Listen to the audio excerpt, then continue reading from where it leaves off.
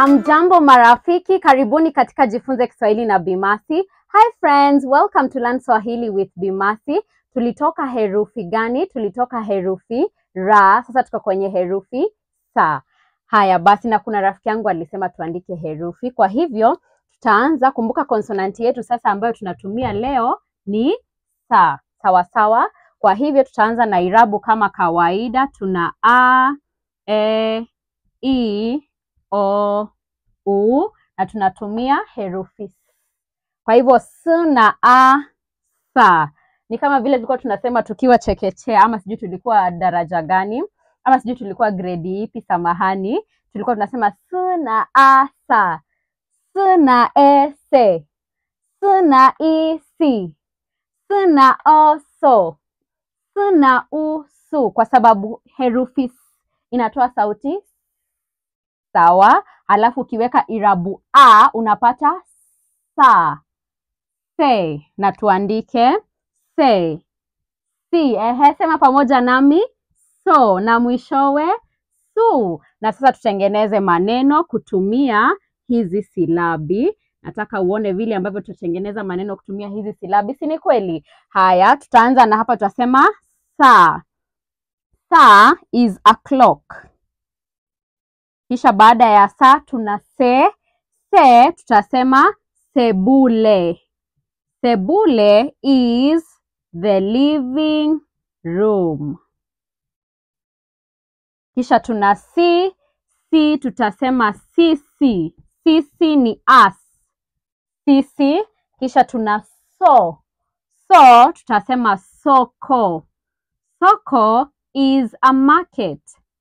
Soko, market. Alafu mwishowe tuna su, tutasema suti is a suit. A suit. Suti. Samahani kwa sababu ya ubao wangu hapo, tutatengeneza suit, suti. Sasa haya ndio maneno yetu. Tutengeneze sentensi, na nilikuwa natumai ningekuwa na kalamu nyingine ya rangi nyingine, lakini ni sawa. Kwa hivyo tutasema this is a clock. Hii ni saa, na unaweka kikomo hapo. Sebule, tena tutasema hii ni sebule. Hii ni sebule. Very simple sentences. Mimi nakuonyesha namna ya kutengeneza sentensi ambazo ni rahisi. This is a clock. Hii ni saa. This is the living room. Hii ni sebule. Sisi tutasema sisi. Sisi means we. Actually sisi means we, not us. We. Sisi tunacheza. Samahani kwa hiyo. Wacha tutumie kifutio kizuri. Kwa hivyo tutasema sisi ni we. Sisi tunacheza. We are playing. Kwa hivyo tutasema sisi tunasoma, kwa sababu tunasoma. Si tunasoma. Unaweka kikomo, halafu tuna soko. Tutaendelea tu tuseme this is a market. Hii ni soko. Na tunaweka kikomo. Halafu sentensi ya mwisho tutasema this is a suit. Hii ni suti, na tunaweka kikomo. Na ni hayo tu sasa wanafunzi, natumai utakumbuka haya maneno yote. Tujaribu kuyaimba na kuyakumbuka, si ni kweli? Twende pamoja.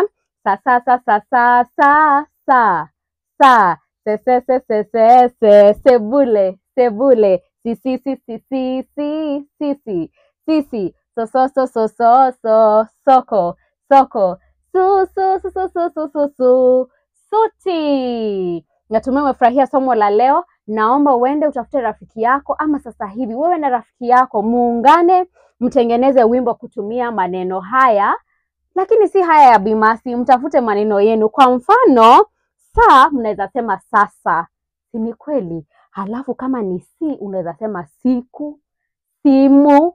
Tukienda kwa so unaweza sema nini? Niandikie hapo chini. Asanteni kwa kujiunga na Bi Mercy leo. Kwa heri ya kuonana.